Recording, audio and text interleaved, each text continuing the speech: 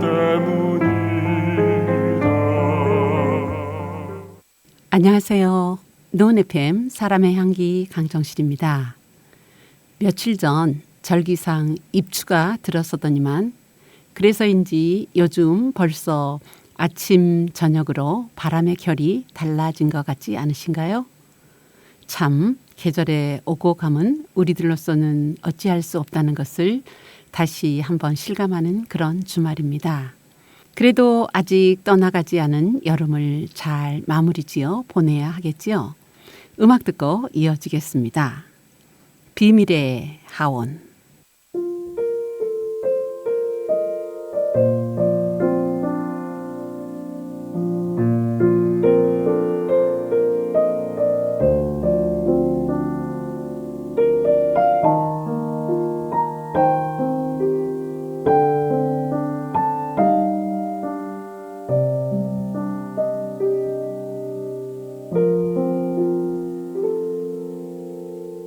아무도 오지 않는 그곳에 햇살도 저물어간 그곳에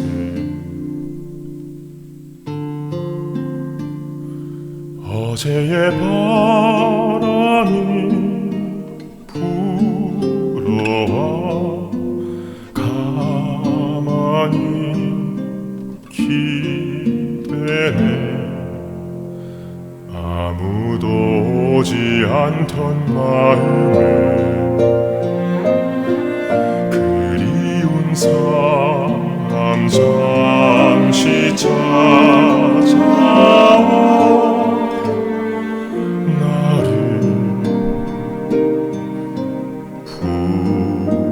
부르네.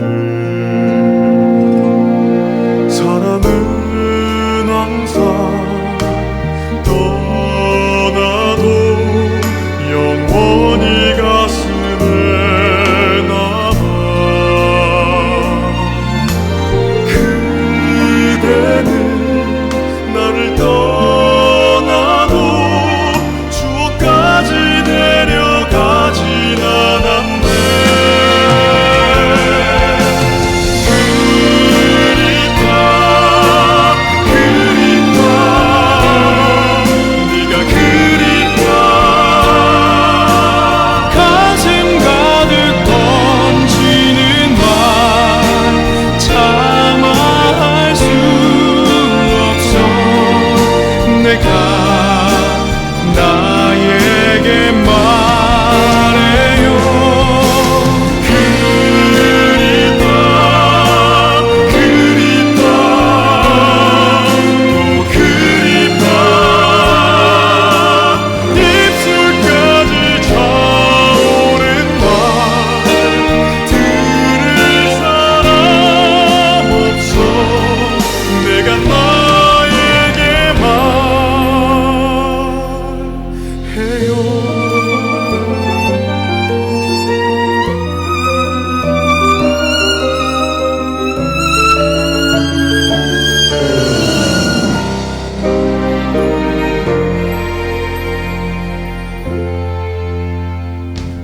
사람은 항상 떠나도 영원히 가슴에 남아.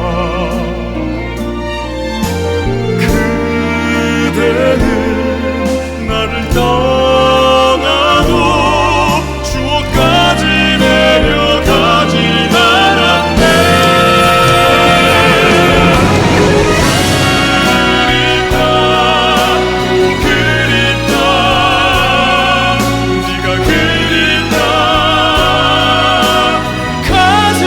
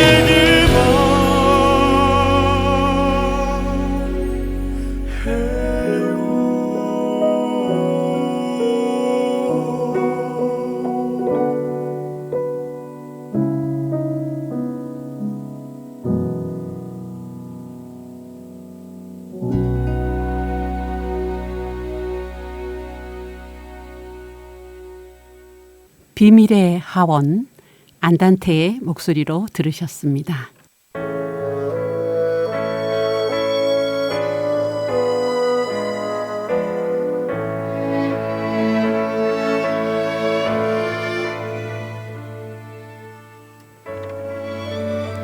명작 산책. 오늘 명작 산책은 저자 미셀 드 몽테뉴의 수필 수상록 가운데 여행에 대하여와 함께 산책하겠습니다. 저자 미셀 드 몽테뉴는 잘 알려진 바와 같이 프랑스 모럴리스트 문학의 기초를 쌓아 올렸다고 평가받고 있습니다. 1533년에 태어난 몽테뉴는 어릴 때부터 라틴어로 교육을 받고 16세에는 툴루즈 대학에서 법학을 전공하여 24살에 보르도 고등법원의 재판관이 되었습니다.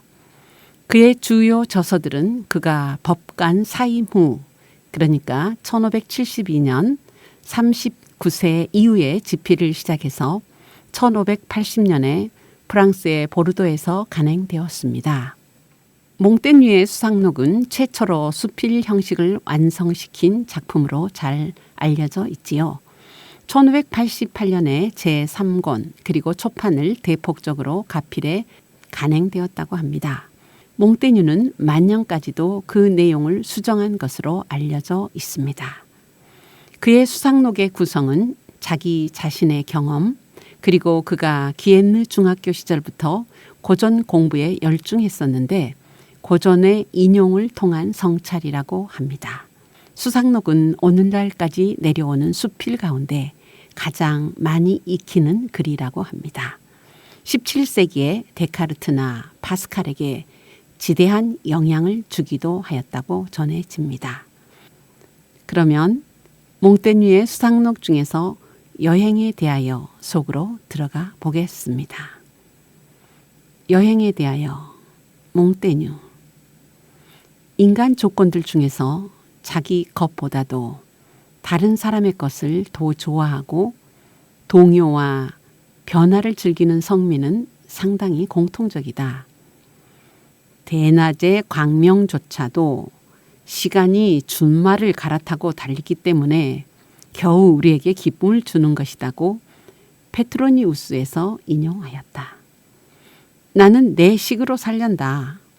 우리아는 다른 극단을 쫓으며 자기들 자신에 만족하고 다른 무엇보다도 자기가 가진 것을 존중하고 자기가 보는 것밖에 아무것도 더 아름다운 형태를 인정하지 않는 자들은 우리보다 더 총명하지는 못할 망정 진실로 더 행복한 자들이다.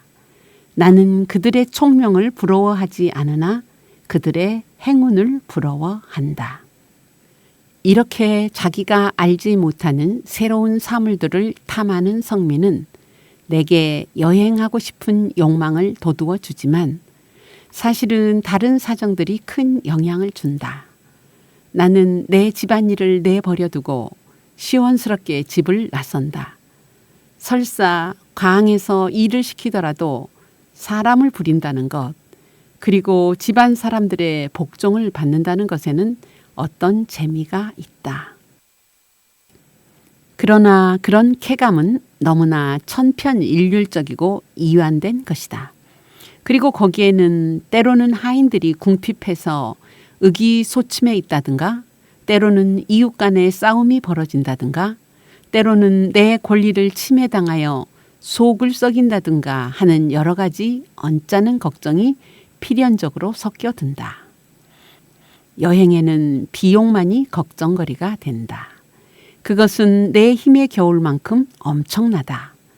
때때로 수행원을 데리고 가는 습관은 필요한 일일 뿐 아니라 체면을 지키는 일이기 때문에 그만큼 여행은 기한을 짧게 하고 횟수를 줄여야 하며 저축해 놓은 돈만을 쓰므로 그것이 마련되기까지 기다리거나 연기해야만 한다. 나는 돌아다니는 쾌락 때문에 휴식하는 쾌락이 손상되기를 원치 않는다. 그 반대로 이 두 가지가 서로 거들고 가꾸어 가는 것이라고 생각한다. 나는 무엇 때문에 여행하느냐고 묻는 사람들에게 대개 이렇게 대답한다. 내가 버리고 떠나는 것은 무엇인지 잘 알지만 무엇을 찾으러 떠나는지는 잘 모르겠다고. 누가 나에게 객지에 나가면 건강을 유지하기가 어렵고 그들의 풍속도 우리 것보다 나을 것이 없다고 말하면 나는 먼저 그만한 범죄상을 갖는 것은 쉽지 않은 일이고, 둘째로 나쁜 상태를 불확실한 상태와 바꾸어 보면 늘 소득이 있으며 남들의 불행은 우리의 불행만큼은 괴롭지 않을 것이라고 대답한다. 이런 이유 외에도 여행은 내게는 유익한 수양이라고 본다. 심령은 여행하는 동안 이제껏 알지 못하던 새로운 사물들을 주목하느라고 계속적으로 훈련받는다. 내가 여러 번 말한 바와 같이 인생을 형성하는 데에 끊임없이 다른 나라의 생활 형태나 사상과 풍속 등을 보아가며 우리 인간 본성의 끊임없이 변해가는 형태를 꾸준히 음미하는 것보다 더 좋은 공부는 없다고 생각한다. 여행하는 동안 육체는 한가롭지도 바쁘지도 않으며 이렇게 알맞은 운동에서 활기를 얻게 된다.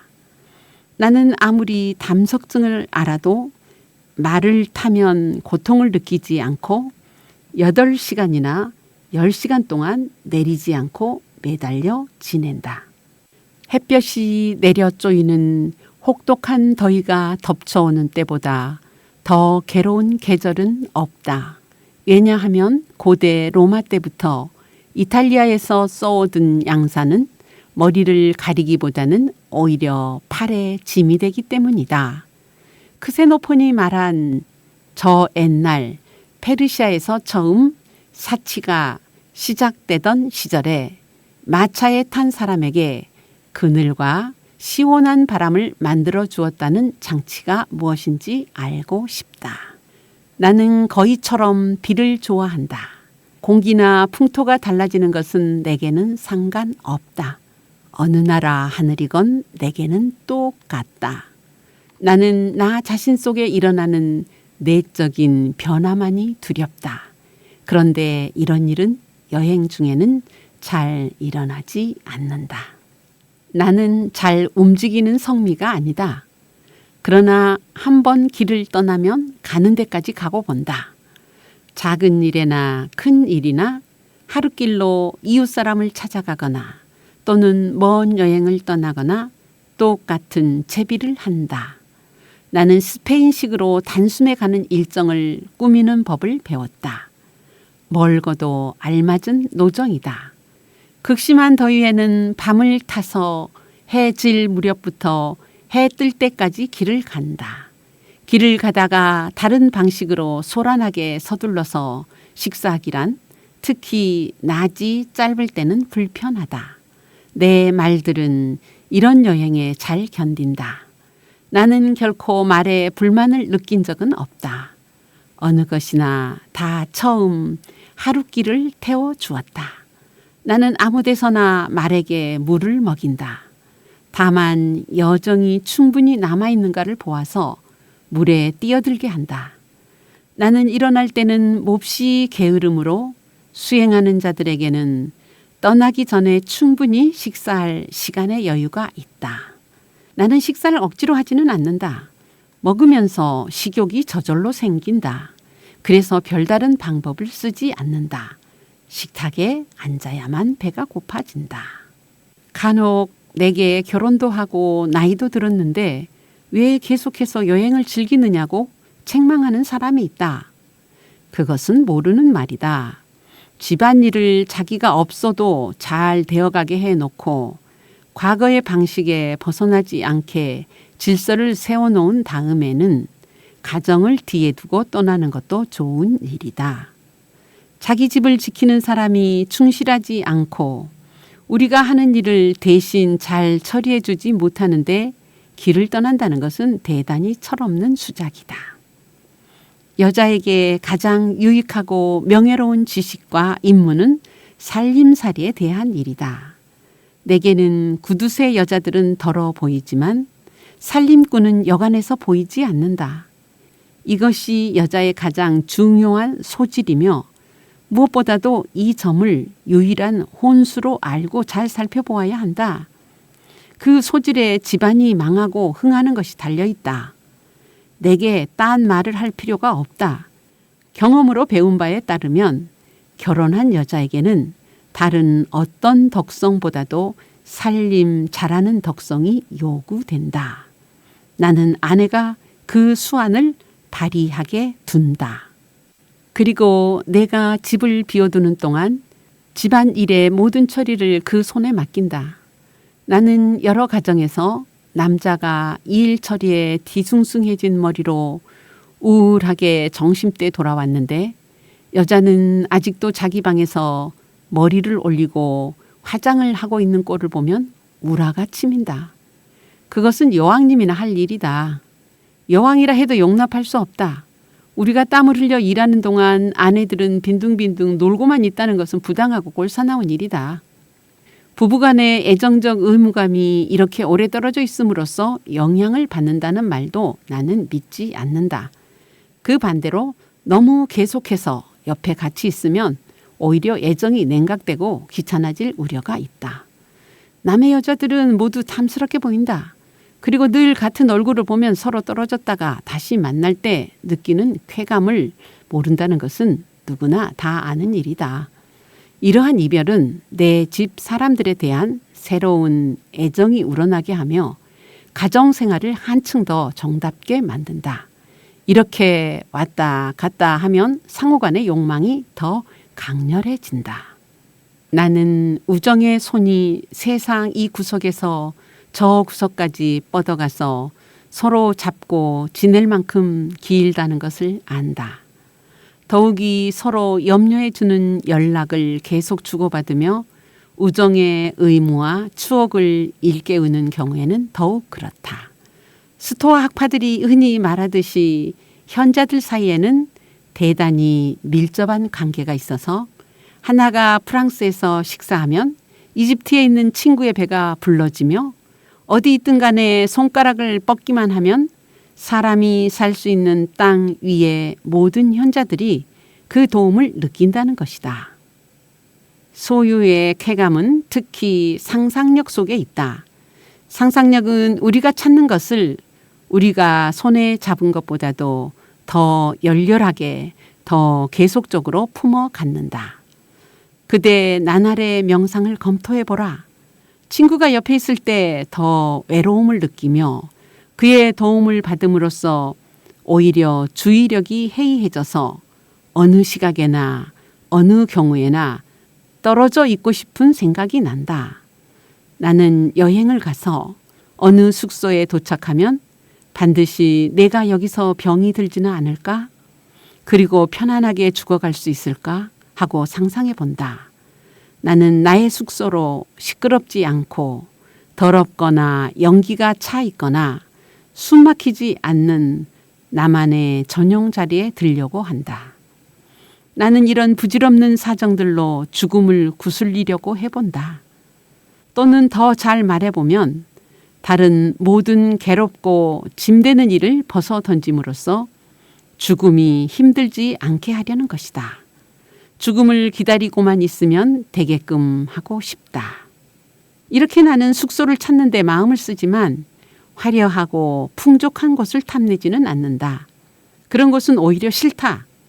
그러나 그렇게 기술이 발휘되지 않았는데도 대자연이 그 자체가 가진 독특한 우아함으로 영광을 주는 어떤 소박한 청결미만 있으면 된다. 풍부보다는 청결이 군림하는 식사, 사치보다도 재치 있게. 그리고 여행 중에 길을 잃는 공경에 빠지는 것은 한겨울에 일에 끌려다니는 스위스의 그리종 지방 사람들이나 당할 일이다. 나는 대개 재미로 여행하기 때문에 그렇게 서투른 짓은 하지 않는다. 오른쪽이 싫으면 왼쪽으로 향한다. 말을 타기가 거북하면 멈춘다. 이렇게 하다 보니 내 집보다 유쾌하고 편한 곳은 아무데도 보이지 않는다. 사실 나는 언제나 부질없는 것은 부질없게 보고 까다로운 취미나 풍부한 생활에도 군색함이 있음을 본다. 내가 보아야 할 것을 뒤에 두고 왔다고 느끼면 돌아간다. 그것이 늘 나의 여정이다. 똑바로도 굽어지게도 아무런 확실한 선을 그어놓지 않는다. 남이 판단한 것은 항상 내 생각과 부합되지 않으며 그것이 그릇된 판단이었음을 여러 번 발견했던 터이므로 내가 가본 곳에 사람들이 말해준 것이 없었다고 해서 헛수고를 했다고 불평하지도 않는다. 나는 다른 사람이 거기 있다고 말하던 것이 거기에 없음을 알게 된 것이다. 나는 세상의 어느 누구만큼이나 환경에 잘 적응하며 취미도 평범하다. 이 나라 저 나라 사이에 행해지는 다른 방식은 내게는 색다른 흥미 이외에는 아무런 감명을 주지 않는다. 모든 풍습에는 각기 그 이치가 있다.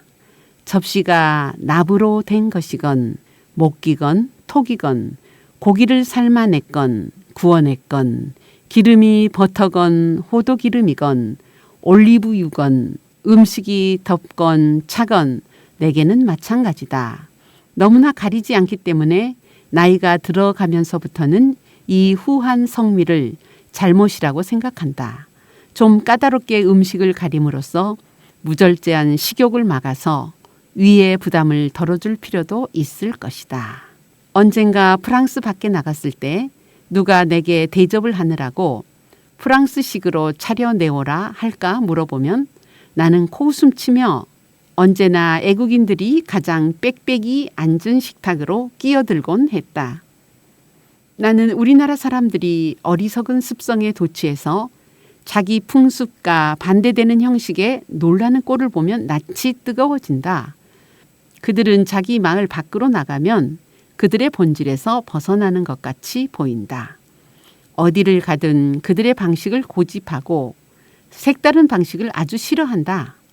어쩌다가 헝가리에서 고국 사람을 만나면 그것이 천재 이루의 기회인 듯 서로 결탁하고 합심해서 그들이 본 하고 많은 야만적 풍속을 비난한다. 어째서 프랑스 풍속이라고 야만이 아닌가? 더욱이 그 중에서도 가장 교양 있는 자들이 이런 문화의 차이를 들어 욕설을 일삼는다. 대개는 단지 돌아오려고 떠난다.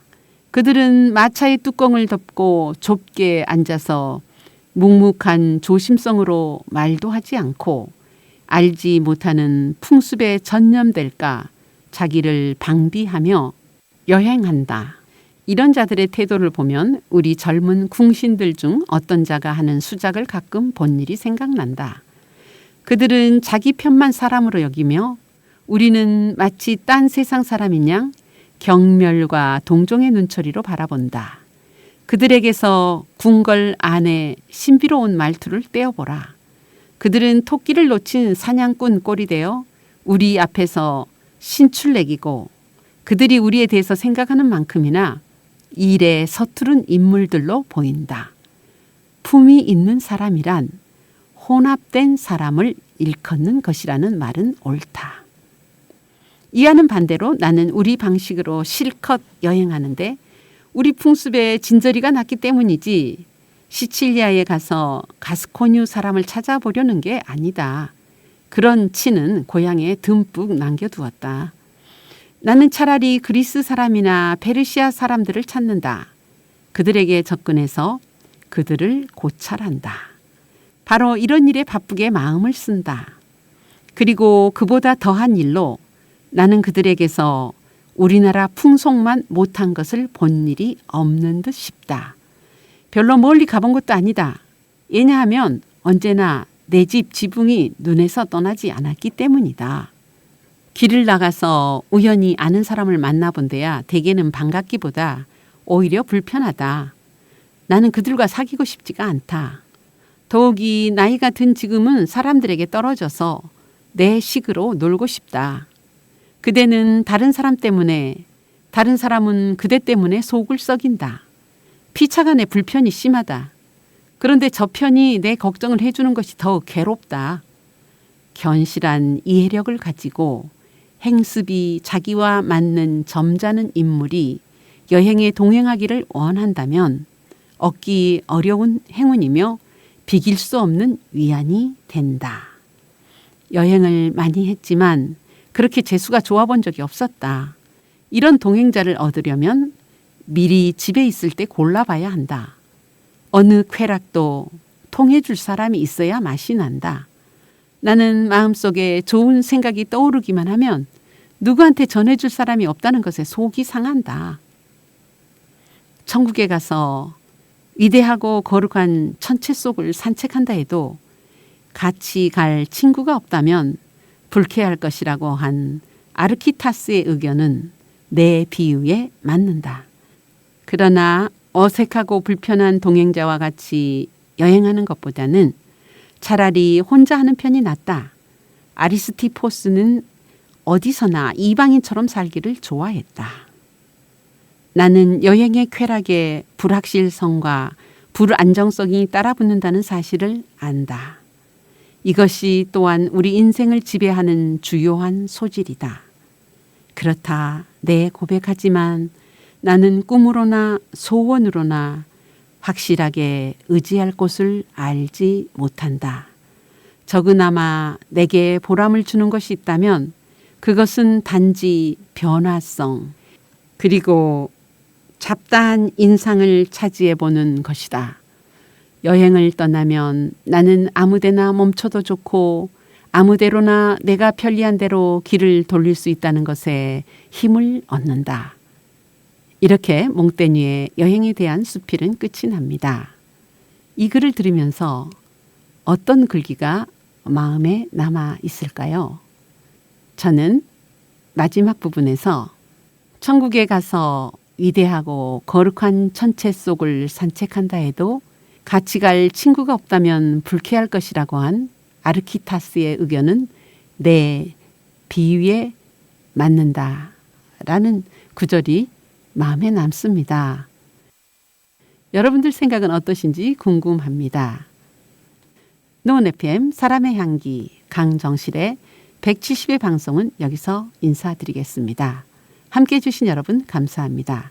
남은 여름도 잊지 못할 2025년의 8월로 여러분의 삶의 한 여정이 되시기를 기원합니다. 안녕히 계십시오.